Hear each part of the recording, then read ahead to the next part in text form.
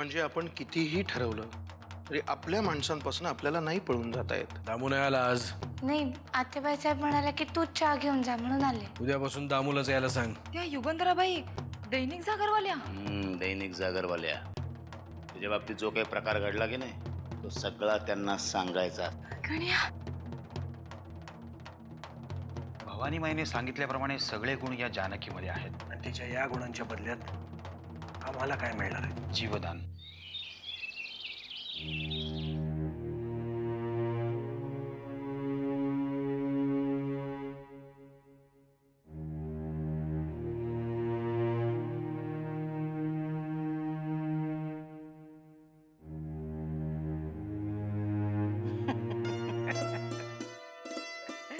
अच्छा अच्छा, हा गणेश होय.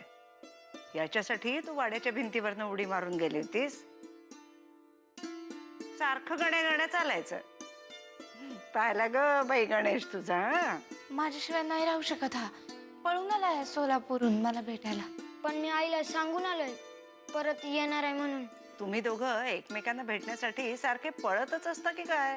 तेच पळणं थांबायचं आत्याबाई साहेब. आणि ते फक्त तुमच्या हातात आहे. म्हणजे मी इथं राहू का?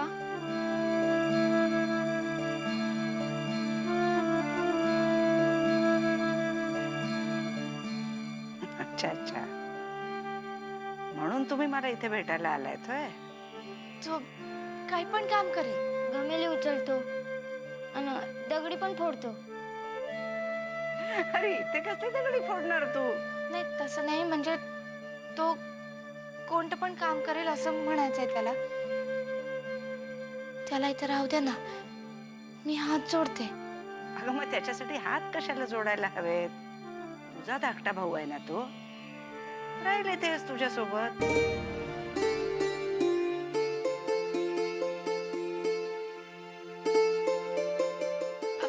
आत्याबाई साहेब, आणखीन एक विचारायचं होतं. आता काय? हा राजन आहे, आपल्याच गावचा आहे, माझा सगळ्यात चांगला मित्र आहे. याला पण इथेच राहायचंय? नाही नाही, हा मुंबईमध्ये नोकरी शोधतोय. नोकरी शोधतोय ना? हा. मग मिळेल की. मुंबईत काय कुणालाही नोकरी मिळते. नाही तसं नाही, जर आपल्या इथे काही. जानकी, गणेशला आपलं सगळं घर दाखवून ये जा.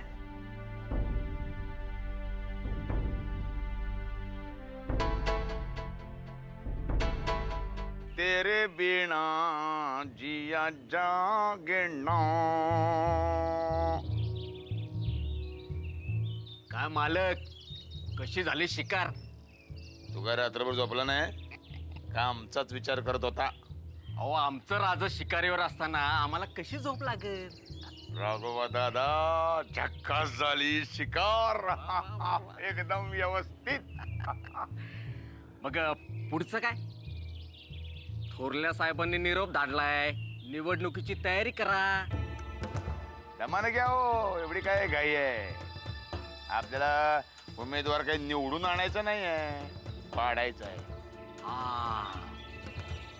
पण आपण किती आपटली तरी ते पडतील असं वाटतं तुम्हाला? पडणार, यंदा दादा पडणार. चुकाच तशा केलेल्या आहेत, फळ भोगणारच. मालक, तुम्ही काय बी काळजी करू नका. आपल्याकडे मनी लँडर लॉबी आहे, तुम्ही फक्त हुकूम करायचा. करणार, वेळ आली की हुकूम करणार. तोपर्यंत जरा दमान घ्या, थंड घ्या थोडं. आणि आता निघा, आम्हाला पडू दे. काय रात्रभर खूप धावपळ झालेली आहे, धम्माल झालेली आहे. म्हणून तर आल्याला विचारलं कशी झाली शिकार. जुन्या जंगलात गेलतो आमच्या नेहमीच्या. नुसती धुमाकूळ घालून आलोय. तेरे बिना जिया जागना. काय गरज होती आत्ताच माझा नोकरीचा विषय काढण्याची? किती रागावल्या होत्या त्या? अरे कुठे रागवल्या? अगं दरवेळेला रागावणं म्हणजे शिव्या शाप देणं किंवा चिडणं असं नसतं. शांतता पण त्रास देते. अरे मला वाटलं की बस आता.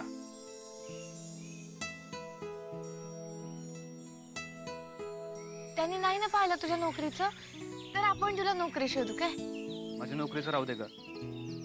मी पहिल्यांदा जातो आणि तुझ्या आईवडिलांना घेऊन येतो. आई बाबा भेटले ना की त्यांना पहिल्यांदा सांग की गण्या माझ्या बरोबर आहे म्हणून. हा आणि आईला सांग की मी मजेत आहे म्हणून. आणि विठ्ठलाची मूर्ती पण नीट आहे म्हणून सांग. मी रोज पूजा करते म्हणून सांग. अगं हे सगळं मी सांगितलं तर मग तू काय सांगणार? हा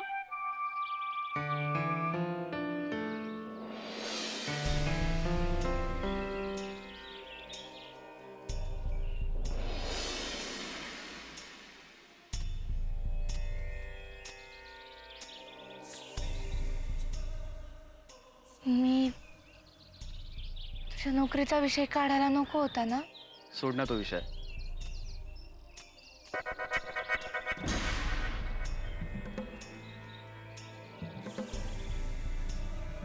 बरं तू हात सोडलास ना तर मी सोलापूरला जाऊ शकतो. अरे जा की मग. पण आई बाबांना शोधून आण हा. येतो.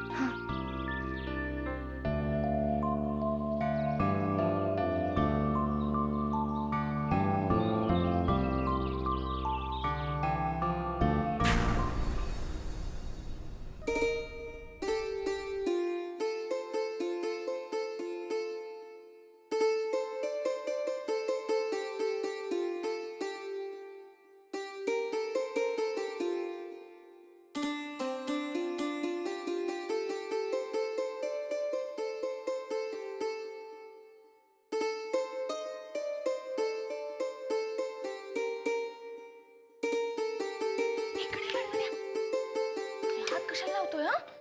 कशाला हात लावायचा नाही. एखादी गोष्ट जरी पडून फुटली ना, आयुष्यभर फरशा पुसल्या तरी सुद्धा ते फिटायचं नाही. ताई या घरातली माणसं राहतात कशी ग? आता इथंच राहणारच ना, बघशीलच हळूहळू. अख्खं घर गुळगुळत आहे एखाद्या टाकल्या माणसासारखं. कुणी पडत कसं नाही ग? अशा घरात राहायची सवय करावी लागते. काय म्हणतात त्याला, आदबीने राहायचं. हे तुला कोणी सांगितलं? आत्याबाई साहेब म्हणतात आदबीने राहायचं, आदबीने बोलायचं, आदबीने वागायचं. कसं वाटतं ग ताई अशा घरात राहायला? एकटं एकटं वाटतं. मला वाटतं की इकडचे सगळेच जण एकटे एकटे असतात. म्हणजे बघ ना, याची पाठ त्याच्याकडे, त्याची पाठ याच्याकडे. मी आलोय ना आता. आता तुला एकटं वाटणार नाही. पण आई बाबांना एकटं टाकून आलास ना. एकटं कुठं? ते दोघं तिकडं, आपण दोघं इकडं. ताई आता आपण इथेच राहायचंय? हा इथंच राहायचं. पण आपण काय मालक नाही होत्या घरचे. नोकर माणसासारखंच राहायचं. पडेल ते काम करायचं. नुसतं बसायचं नाही, सारखी काहीतरी कामं करायची. मी कोणतं काम करू? तू मी दामू काकांना विचारते तुला काय काम देता येईल ते. यांच्याकडे एवढं गाड्या आहेत, मी ड्रायव्हर होऊ का? अरे येड्या, गाड्या चालवायला आधी मोठा हो, तोवर गाड्या धुण्याचं काम कर. ताई तू पण पैसे साठवून आई बाबांना गाडी घेणार आहेस ना? आता गाडी घेणार की नाही माहित नाही, पण घेतलीच ना तर त्यात बसून त्यांना शोधतच फिरावं लागेल. तू अजिबात काळजी करू नकोस. आपण आपली गाडी यशीच्या माग माग घालायची, म्हणजे आपाप सापडतील ते. खुळा.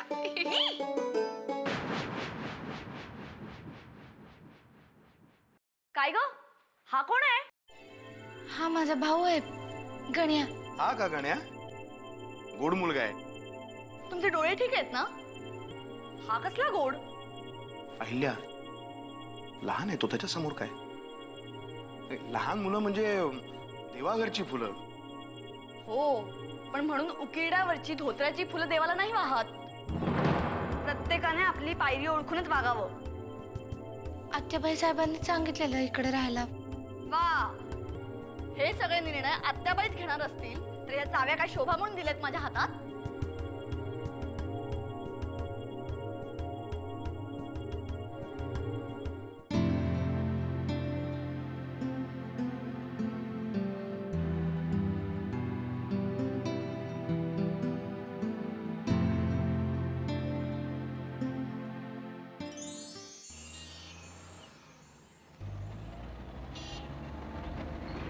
थांबा थांबा.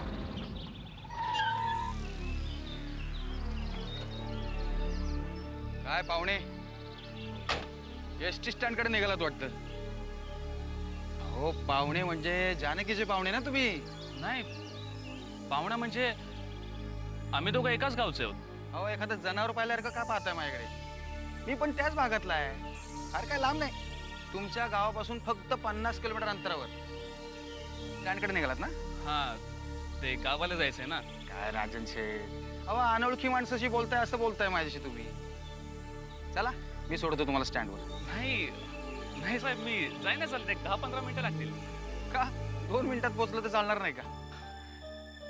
तसं नाही साहेब, पण असं एकदम गाडीत बसायचं म्हणजे. अहो आम्ही कसले साहेब, आम्ही किल्लेदारांच्या बंगल्यावरची नोकर मंडळी. जानकी आमची खूप लाडाची आणि तुम्ही तिचे मित्र आहात म्हणून तुमच्यावर ही मेहरबानी. चला बसा. या या या या या या राजन शेठ या. चल.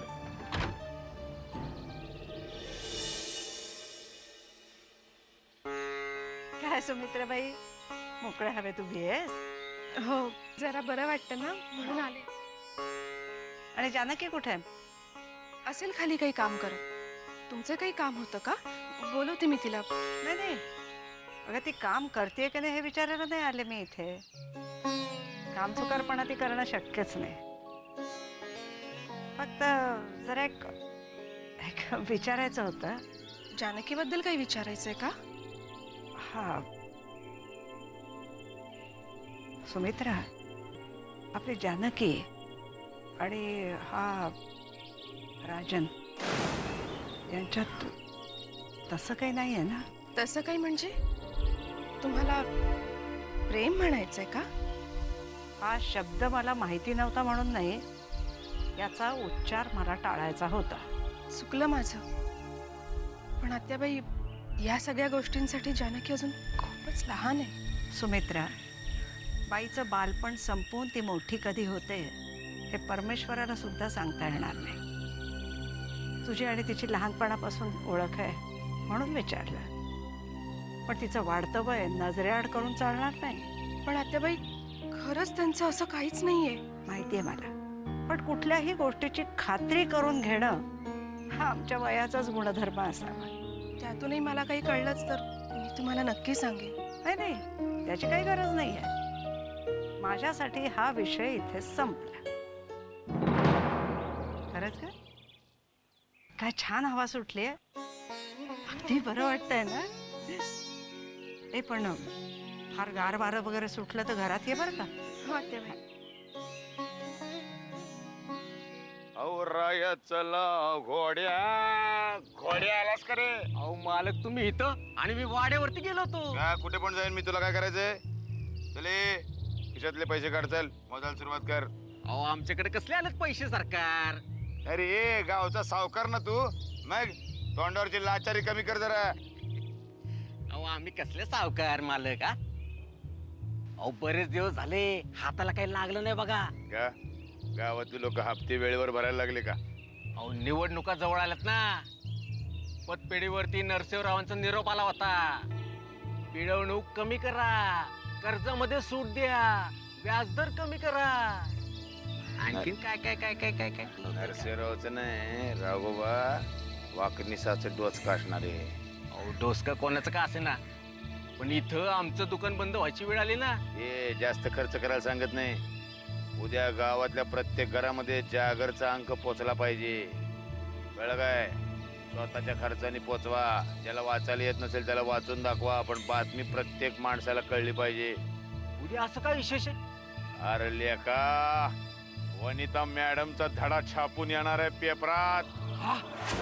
खेटरांचे हार तयार ठेवा नरसिंहराव किल्लेदाराच्या गळ्यात घालायला.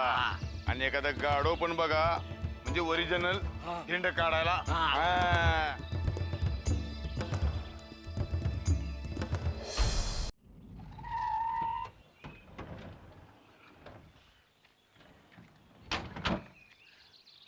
येतो साहेब.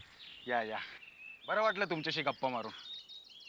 बरी जुनी मैत्री हो तुमची. हा, वा, तुमच्यापेक्षा 4-5 वर्षाने लहान असेल ना जानकी. हा, हो. गोड आहे मुलगी. अहो लहानपणापासून अशीच आहे ती. अशी म्हणजे कशी?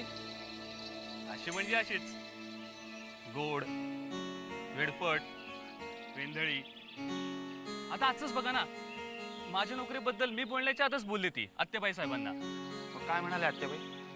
नाही, जास्त काय बोलल्या नाही, एकदम गप्प बसल्या. अरे त्यांचा स्वभावच आहे तो. बोलतात कमी, पण वेळ आल्यानंतर कामातून व्यक्त होतात. हा, पण माझ्या नोकरीच्या बद्दल मीच बोलायला पाहिजे ना. चालतं रे. जानकी काय परकी आहे का आपल्याला? नाही, तिचं म्हणणं बरोबरच आहे म्हणा. आता माझ्याच फायद्याचं बोलत होती ना ती. हा, पण आत्याबाई साहेबांना ते आवडलं नसावं. मी बोललो ना तुला, आत्यासाहेब वेळ आल्यानंतर बोलतील तुझ्याशी. तेव्हा जानकीचं कौतुक तूच जास्त करशील. नाही, तसं नाही, ते मी रोजच करत असतो. वा, क्या बात आहे राजन शेठ. हळूहळू मनातलं एक एक गुपित बाहेर पडायला लागलं. नाही नाही, तसं काय नाही. राजन शेठ, या काळ्या केसांच्या आतमध्ये एक पिकलेला मेंदू आहे म्हटलं. बोला. नाही नाही, अहो, माझ्यापासून काय लपून ठेवायचं? तुम्ही माझ्या मुलासारखे आहात. बोला.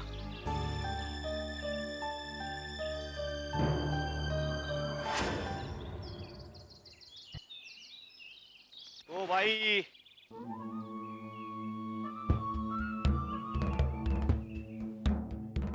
कोण आहात तुम्ही? काय हवंय तुम्हाला? थांबा.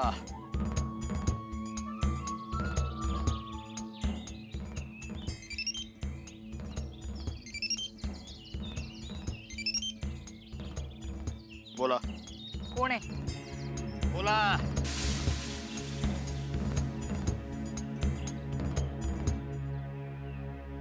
नमस्कार, वाकणीस बोलतोय. काय तमाशा आहे हा? तमाशा हा नाहीये. तुम्ही आज जो मुंबईला येऊन करणार होता तो आहे. म्हणजे काय म्हणायचंय काय तुम्हाला? आम्ही तुमच्या दुकानाचं शटर बंद केलं तरी तुमचे व्यवहार मागच्या बाजूने चालूच आहेत का अजून? वागणीस, तोंड सांभाळून बोला. आता या भाषेची सवय करून घ्यावी लागेल बाई तुम्हाला, कारण तुम्हाला हीच कळते. आम्ही एवढं समजावून सांगून सुद्धा साहेब तुमच्या नवीन घरी येऊन गेले म्हणे. खोटं आहे हे सगळं. कोणी सांगितलं तुम्हाला हे? बघा, आम्ही एक वेळ मित्रांना नजरेआड ठेवू, पण शत्रूला नाही. हो, एवढंच आहे तर तुमच्या परशुराम साहेबांना घरात बांधून का नाही ठेवत? नाही ना, ते तर करता येत नाहीये, म्हणून तर आमचा तुमच्यावर राग जास्त आहे. हे बघा वाकणीस, एक ना एक दिवस तुम्हाला हे खूप महागात पडेल. आपण माझा विचार नंतर करू बाई. आता त्या माझ्या माणसाकडनं तुमच्या नव्या घराचा पत्ता घ्या. तो सांगेल त्या एसटी मध्ये बसा. तुमचा प्रवास सुखाचा हो. आणि मी नाही गेले तर? नाही गेलात तर वैकुंठाला जाणाऱ्या विमानाचं तिकीट काढून द्यावं लागेल. सदेह स्वर्ग पाहाल. यावेळेला कुठली चिठ्ठी बिट्टी सोडू नका. निघा आता.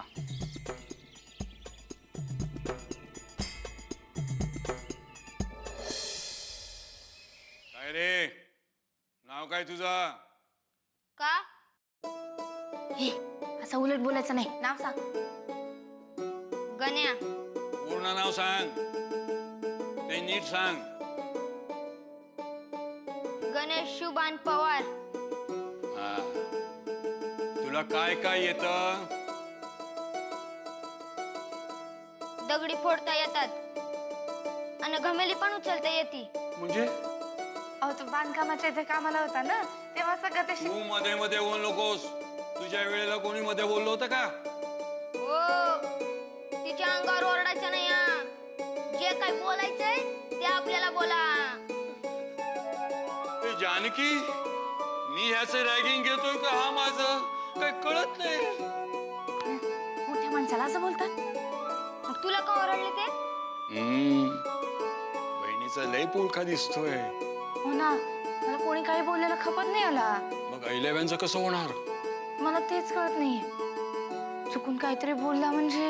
हे गण्या, तोंड कमी चालवायचं. तिथं दगडी फोडायचा, इथे काही फोडायचं नाही, कळलं का? रोजंदारी किती मिळेल आणि त्यात तुमचं कमिशन? चुरू बोलायला लागला रे तू. अगं त्याचा काय दोष आहे? तो जिथं काम करून आलाय ना, तिथं हीच भाषा चालते. हे बघण्या, आजपासून दामू काका जे सांगतील ते ऐकायचं, पडेल ते काम करायचं आणि उलट बोलायचं नाही. ठरलं? काय भावा बहिणीचं प्रेम चाललंय वाटतं. काय चाललंय काय? का दामू काकांची शिकवणी चालली आहे? काही नाही, आपल्या कामाची पद्धत समजावून देत होतो. कसलं काम? आपली नेहमीचीच. मला वाटतं गणेश उद्यापासून. मी ठरवलंय सगळं. उद्यापासून त्याला गाड्या पुसायला फिक्स. का? घरातल्या इतर नोकर माणसाचे हात तुटलेत. म्हणजे गणेश उद्यापासून शाळेत जाईल. घरातच काम करत राहिला तर शाळेत कधी जाणार तो? शिकणार कधी? हो का नाही रे? खूप उपकार होतील तुमचे. आई बाबांची फार इच्छा आहे आणि पुढे शिकावं, सैन्यात जावं म्हणून. अगं त्यांची इच्छा तीच माझी इच्छा.